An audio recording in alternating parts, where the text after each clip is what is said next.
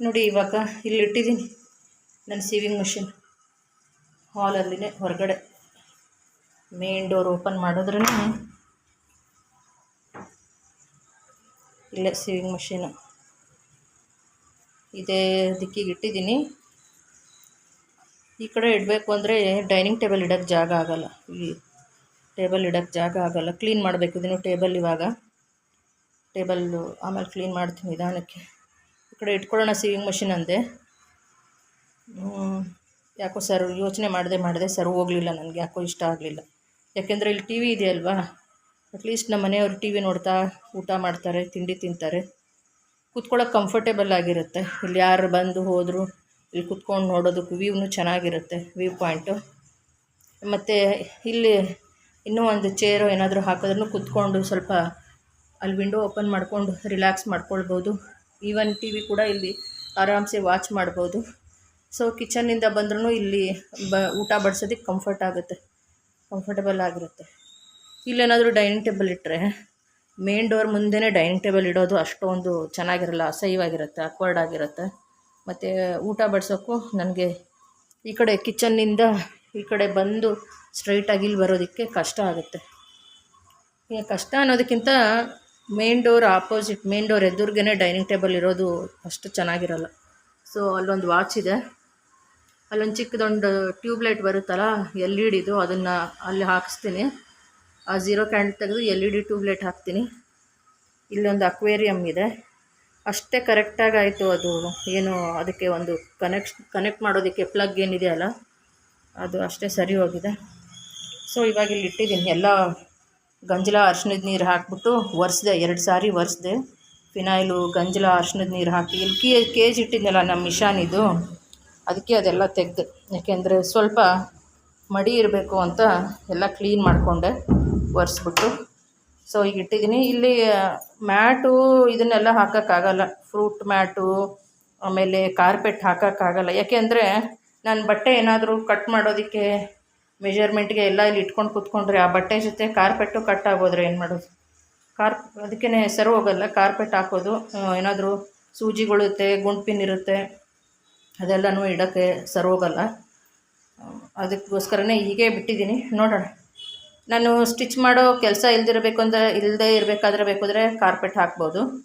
ನಾನು ಏನಾದರೂ ವರ್ಕ್ ಮಾಡ್ತಾ ಇದ್ದೀನಿ ಅಂದರೆ ಕಾರ್ಪೆಟ್ನ ಎತ್ಬೋದು. ಆ ಥರ ಮಾಡ್ಕೊಳ್ಳೋಣ.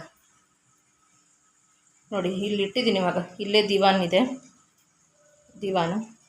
ನನ್ನ ಹೇರ್ ಡ್ರೈಯರ್ನ ಮಿಷಾನಿಗೆ ಇದನ್ನು ಮಾಡಿದ್ನಲ್ಲ, ಅದು ಮ್ಯಾಟ್ಗಳು ಒಗೆದಿರೋದು, ಬೆಡ್ಶೀಟ್ ಒಗೆದಿರೋದು ಎಲ್ಲ ಎತ್ತಿಡಬೇಕು. ಈಗಿನ್ನೂ ಕ್ಲೀನಿಂಗ್ ಸ್ಟಾರ್ಟ್ ಮಾಡಿದ್ದೀನಿ. ಹಾಲ್ ಒಂದು ಗುಡಿಸಿ ಒರೆಸಿ ಫಸ್ಟ್ ಇದನ್ನು ಎಲ್ಲ ಒರೆಸಿ ನೀಟಾಗಿ ಡಸ್ಟಿಂಗ್ ಮಾಡಿ ಇಲ್ಲಿಟ್ಟೆ. ಕೇಜಲ್ಲಿ ಇಟ್ಟಿದ್ದೀನಿ ಅಂತ ತೋರಿಸ್ತೀನಿ ಬನ್ನಿ. ನೋಡಿ ಫಿನೈಲ್ ಬಾಟ್ಲು ಎಲ್ಲ ಒರ್ಸೋಕ್ಕೆ ಇಟ್ಟನಲ್ಲ, ಇಲ್ಲೆಲ್ಲ ಇಟ್ಟಿದ್ದೀನಿ. ನೋಡಿ ಮಾಪು, ಒರೆಸೋದು, ಇವನ್ನೆಲ್ಲ ಎಕ್ಸ್ಟ್ರಾ ಸ್ಟಾಕು ನನ್ನ ಬೆಡ್ರೂಮಲ್ಲಿ ಇಟ್ಕೊತೀನಿ. ನಮ್ಮ ಮಹಾರಾಣಿ ಅವ್ರು ಇಲ್ಲಿದ್ದಾರೆ. ಇವಾಗ ಬಾಣಂತಿ ರೂಮ್ ನೋಡ್ರಿ, ಇದು ಬಾಣಂತಿ ರೂಮ್. ಎಲ್ಲೋ ಹೋದ್ರು ನಮ್ಮ ಬಾಣಂತಿ ಅವರು? ಎಲ್ಲೋ ತಪ್ಪಿಸ್ಕೊಂಬಿಟ್ಟವ್ರೆ. ಹಾಂ ಇಲ್ಲಿದ್ದಾರೆ. ಇಲ್ಲಿ ನೋಡ್ರಿ, ಅವಳು ಕೂತ್ಕೊಳ್ಳೋದು ಜಾಗ ಇದೆ. ಅವಳು ಯಾವಾಗಲೂ ಬಂದು ಸೇರ್ಕೊಳ್ಳೋದು, ದೂರ್ಕೊಳ್ಳೋ ಜಾಗ ನೋಡಿ. ಇದು ಬಂದು ಮಲ್ಕೊಂಡ್ಬಿಡ್ತಾಳೆ ಬಾಗಿಲ ಹಿಂದೆ. ನೋಡಿ ಹೆಂಗೆ ಎಷ್ಟು ಕ್ಯೂಟಾಗಿ ಕಾಣಿಸ್ತಾ ಇದೆ ಅಲ್ವಾ?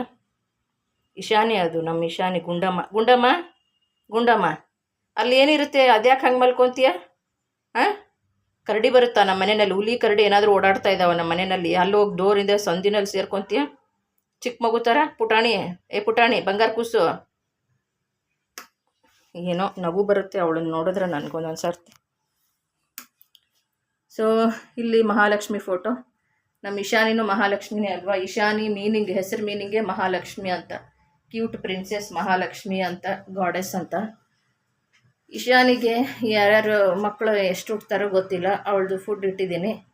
ಎಲ್ಲ ಕ್ಲೀನಾಗಿ ಒರೆಸಿ ಡಸ್ಟಿಂಗ್ ಮಾಡಿ ಫುಡ್ಡೆಲ್ಲ ಇಟ್ಟು, ಕೇಜು ಇಲ್ಲೊಂದು, ಅದ್ರ ಮೇಲೆ ಅವಳು ಯಾವಾಗಲಾದ್ರೆ ಮಲ್ಕೊಳ್ಳಿ ಅಂತ ಕೇಜ್ನ ಡೋರ್ ಓಪನ್ ಮಾಡಿರ್ತೀನಿ. ಇಷ್ಟ ಆದರೆ ಕೇಜ್ ಒಳಗೆ ಹೋಗಲಿ, ಇಲ್ಲ ಅಂದರೆ ಇದ್ರ ಮೇಲೆ ಮಲ್ಕೊಳ್ಳಿ. ಇನ್ನೊಂದು ಸ್ವಲ್ಪ ಬ್ಲ್ಯಾಂಕೆಟು, ಇದನ್ನು ಕಾರ್ಪೆಟ್ ಎಲ್ಲ ಹಾಕಿ ಅದ್ರ ಮೇಲೆ ಬೆಡ್ ಮಾಡಬೇಕು. ಇಲ್ಲಿ ಏನು ಗೋಣಿಚೀಲ ಹಾಕಿದ್ದೀನಲ್ಲ, ಅಲ್ಲಿ ಒಂದು ಬೆಡ್ಡು ರೆಡಿ ಮಾಡಬೇಕಾ. ಸೊ ಇದು ಕೇಜ್. ಅವಳು ಮರಿಗಳು ಹುಟ್ಟಿದ್ರೆ ಕೇಜ್ ಒಳಗಡೆ ಅವನ್ನ ಮಲಗಿಸೋದು.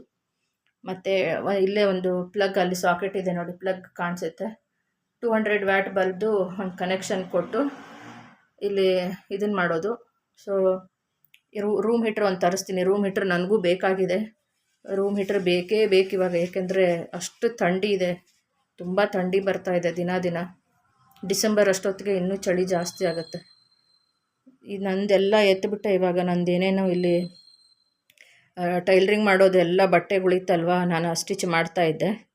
ಅದು ಎಲ್ಲ ಬಟ್ಟೆಗಳು ನಂದು ಎಲ್ಲ ಸ್ಟಿಚಿಂಗ್ದು ಎಲ್ಲ ಎತ್ತಿಟ್ಟಿದ್ದೀನಿ.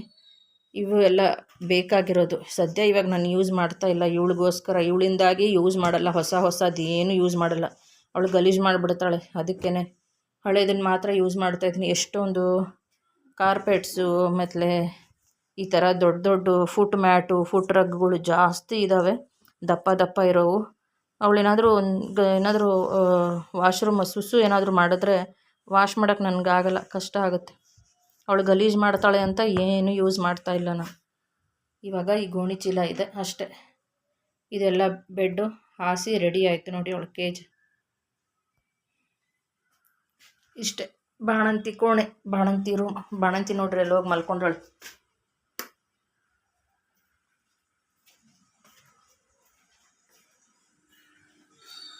ಇದು ಟೈಲರಿಂಗ್ ಹಾಲ್. ಸಾಕು ಇಷ್ಟೇ, ಕೂತ್ಕೊಳ್ಳೋಕ್ಕೂ ರಿಲ್ಯಾಕ್ಸ್ ಮಾಡ್ಕೋಬೋದು ಇಲ್ಲೇ ನೀಟಾಗಿ.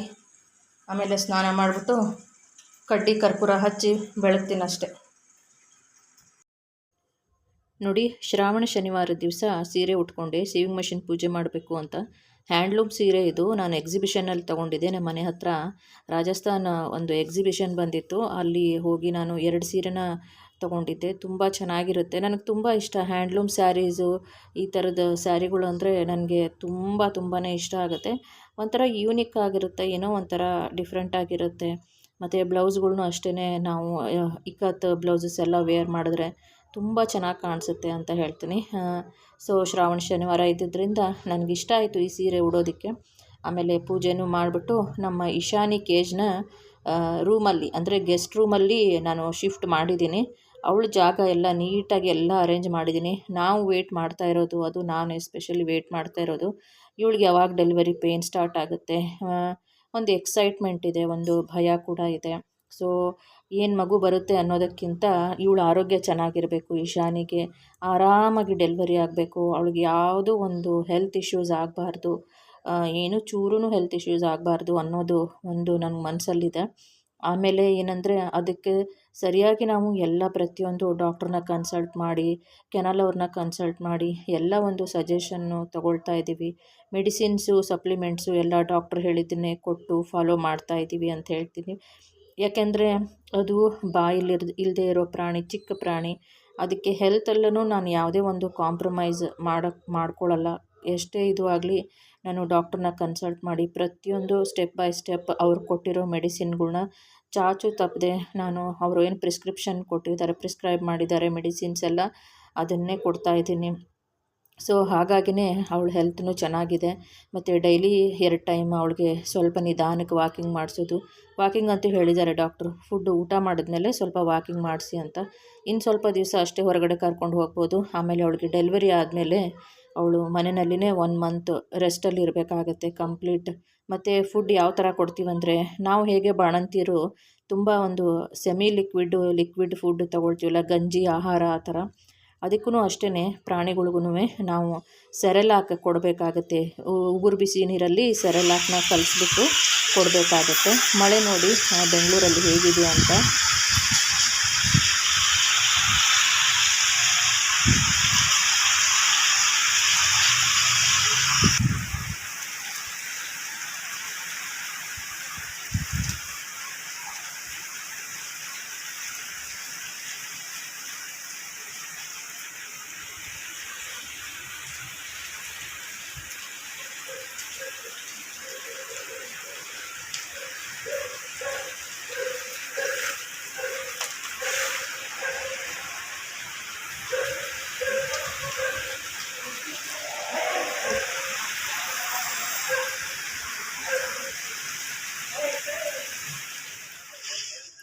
ಇದು ಭಾನುವಾರ ದಿವಸ, ಶ್ರಾವಣ ಭಾನುವಾರ ದಿವಸ ದೇವ್ರ ಮನೆ ಎಲ್ಲ ನಾನು ಗೋಡೆಗಳ್ನ ತೊಳೆದು, ದೇವ್ರ ವಿಗ್ರಹ, ಫೋಟೋ ಎಲ್ಲ ನಾನು ನೀಟಾಗಿ ಎಲ್ಲ ತೊಳೆದು, ಇವಾಗ ಎಲ್ಲ ಚಂದನ, ಶ್ರೀಗಂಧ, ಕುಂಕುಮದಿಂದ ಅಲಂಕಾರ ಮಾಡಿ, ಮಲ್ಲಿಗೆ ಹೂವು ಅಲಂಕಾರ ಮಾಡಿ, ಇನ್ನೂ ಸ್ವಲ್ಪ ಹೂವು ತರಬೇಕಾಗಿತ್ತು.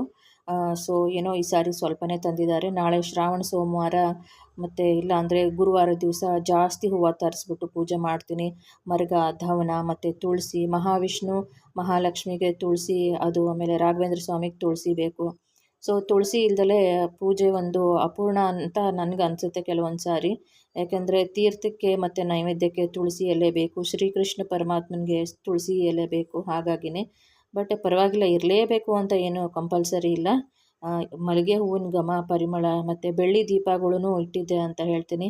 ಬೆಳ್ಳಿ ದೀಪಗಳು ಇದೆಯಲ್ಲ, ನಾನು ಜಾಸ್ತಿ ಅಷ್ಟೊಂದು ಬಳಸ್ತಾ ಇರಲಿಲ್ಲ, ದೀಪ ಹಚ್ತಾ ಇರಲಿಲ್ಲ. ಇವಾಗ ಇಟ್ಟೇನು ಮಾಡೋದು ಅಂದ್ಬಿಟ್ಟು ದೀಪಗಳ್ನ ಕೂಡ ನೋಡಿ ಎಷ್ಟು ಚೆನ್ನಾಗಿ 5 ದೀಪ ದೇವ್ರ ಮುಂದೆ ಹಚ್ಚಿದ್ದೀನಿ ನಾನು. 2 ತುಪ್ಪದ ದೀಪ, 2 ಚಿಕ್ಕ ಚಿಕ್ಕದು ಬೆಳ್ಳಿದ ಕಾಮಾಕ್ಷಿ ದೀಪ ಇದೆ, ಚಿಕ್ಕ ಚಿಕ್ಕ ಬೆಳ್ಳಿದು, ಅದರಲ್ಲಿ ತುಪ್ಪದ ದೀಪ ಹಚ್ಚಿದ್ದೀನಿ ಬತ್ತಿ ಹಾಕ್ಬಿಟ್ಟು. ಇನ್ನು ಮಿಕ್ಕಿದ್ದೆಲ್ಲ ಬೇರೆ ಎಣ್ಣೆ ದೀಪ, ನಾರ್ಮಲ್ ರೆಗ್ಯುಲರ್ ದೇವ್ರ ದೀಪದ ಎಣ್ಣೆ ಹಾಕಿ ಹಚ್ಚಿರೋದು ಅಂತ ಹೇಳ್ತೀನಿ. ದೇವರ ಪೂಜೆ ಆದಮೇಲೆ ಒಂದು ದೇವರ ಸಾನ್ನಿಧ್ಯದಲ್ಲಿ ಕೂತ್ಕೊಂಡು ಒಂದು ದೇವರ ಸ್ತೋತ್ರ ಹೇಳೋಕ್ಕೆ, ಮಂಗಳಾರತಿ ಹೇಳೋಕ್ಕೆ ತುಂಬಾ ಮನಸ್ಸಿಗೆ ಏನೋ ಒಂದು ಆನಂದ, ಖುಷಿ ಅಂತ ಹೇಳ್ತೀನಿ. ಯಾವುದೇ ಮನೆ ಆಗಲಿ ಅದು ನಮಗೆ ಅಭ್ಯಾಸ ಆಗಿರೋದ್ರಿಂದ ದೇವ್ರ ಪೂಜೆ ಮಾಡಿ ದೇವ್ರ ವಿಗ್ರಹ ತೊಳೆದಿಲ್ಲ ಅಂದರೆ ಏನು ಏನೂ ಒಂದು ಏನೋ ಒಂದು ಖುಷಿ ಅನ್ನೋದಿರಲ್ಲ. ಏನು ಊಟ ಮಾಡಿದ್ರು, ಏನು ಬಟ್ಟೆ ಹಾಕ್ಕೊಂಡ್ರು, ಏನು ಹೊರಗಡೆ ಸುತ್ತಾಡಿ ಬಂದ್ರೂ ಏನೋ ಮನಸ್ಸಲ್ಲಿ ಖುಷಿ ಅನ್ನೋದೇ ಇರಲ್ಲ. ಯಾವಾಗ ನಾವು ದೇವ್ರ ವಿಗ್ರಹಗಳ್ನ ತೊಳೆದು ನೀಟಾಗಿ ಜೋಡಿಸಿ ಸ್ವಲ್ಪ ಹೂವು, ಗಂಧಾಕ್ಷತೆ ಎಲ್ಲ ಇಡ್ತೀವೋ ಆವಾಗಲೇ ಮನಸ್ಸಿಗೆ ಒಂದು ಸಂತೃಪ್ತಿ ಅನ್ನೋದು ಸಿಗುತ್ತೆ. ನನ್ನ ಪ್ರಕಾರ ನನಗೆ ಹಾಗೆ ಅನಿಸುತ್ತೆ. ನನಗೆ ಆ ಥರ ಅಭ್ಯಾಸ ಆಗಿರೋದ್ರಿಂದ ಅಂತ ಹೇಳ್ತೀನಿ. ಮತ್ತು ಅದೇ ನಮ್ಮ ಈಶಾನ್ಯದು ಹೇಳಿದ್ನಲ್ವ, ಅವಳಿಗೆ ಅದೇ ಥರ ಡಾಕ್ಟರ್ ಹೇಳಿರೋ ಫುಡ್ ಒಂದು ಕೊಡ್ತಾಯಿದ್ದೀವಿ. ಅವಳು ಚೆನ್ನಾಗಿ ಈ ವಿಂಟರಲ್ಲಿ ಅವಳಿಗೆ ಎಲ್ಲ ಬೆಚ್ಚಗಿರೋದನ್ನೇ ನಾವು ಅವಳು ರೂಮಲ್ಲಿ ರೆಡಿ ಮಾಡಿದ್ದೀವಿ. ಒಂದು ಬಲ್ಬ್ ಇರ್ಬೋದು, ಮತ್ತು ರೂಮ್ ಹೀಟ್ರ್ ಇರ್ಬೋದು, ಎಲ್ಲನೂ ತೊಗೊಂಡು ಬಂದಿದ್ದೀವಿ. ಮತ್ತು ಅವಳಿಗೆ ಡೆಲಿವರಿ ಆದಮೇಲೆ ಫುಡ್ ಏನು ಕೊಡೋದು ಅದನ್ನು ಡಾಕ್ಟ್ರನ್ನ ಕನ್ಸಲ್ಟ್ ಮಾಡಿ ಕೇಳ್ಕೊಂಡಿದ್ದೀವಿ. ಈವನ್ ಯೂಟ್ಯೂಬಲ್ಲಿ ಕೂಡ ನಾನು ವಾಚ್ ಮಾಡ್ತಾ ಇರ್ತೀನಿ. ಅಂದರೆ ನೋಡಿ, ಇದು ರೂಮ್ ಹೀಟರ್, ಇದು ಕಾಯಿಲ್ ಇರುತ್ತೆ ಮತ್ತು ಫ್ಯಾನ್ ಕೂಡ ಇರುತ್ತೆ ಇದರಲ್ಲಿ. ಹೊಸದು ತೊಗೊಂಡು ಬಂದ್ವಿ ಭಾನುವಾರ. ಇವತ್ತು ಕುಂಕುಮ ಇಟ್ಟಿದ್ದೀನಿ ನೋಡಿ, ಪೂಜೆ ಕೂಡ ಮಾಡಿದ್ದೀನಿ. ನಮ್ಮ ಈಶಾನಿಗೋಸ್ಕರ ಅಂತಲೇ ತಂದಿದ್ದು, ಮತ್ತು ನನಗೂ ಬೇಕಾಗಿತ್ತು. ಕಾಲು ತುಂಬ ಚಳಿ, ನೋವು ಬರ್ತಾಯಿತ್ತು. ಈಶಾನಿಗೆ ಅಂದರೆ ಗೆಸ್ಟ್ ರೂಮಲ್ಲಿ ಸ್ವಲ್ಪ ಹೊತ್ತು 1 ಅವರ್ ಹಾಕ್ಬೋದು. ಮತ್ತು ಇದು ಆಟೋಮೆಟಿಕ್ ಆಫ್ ಆಗಿಬಿಡುತ್ತೆ.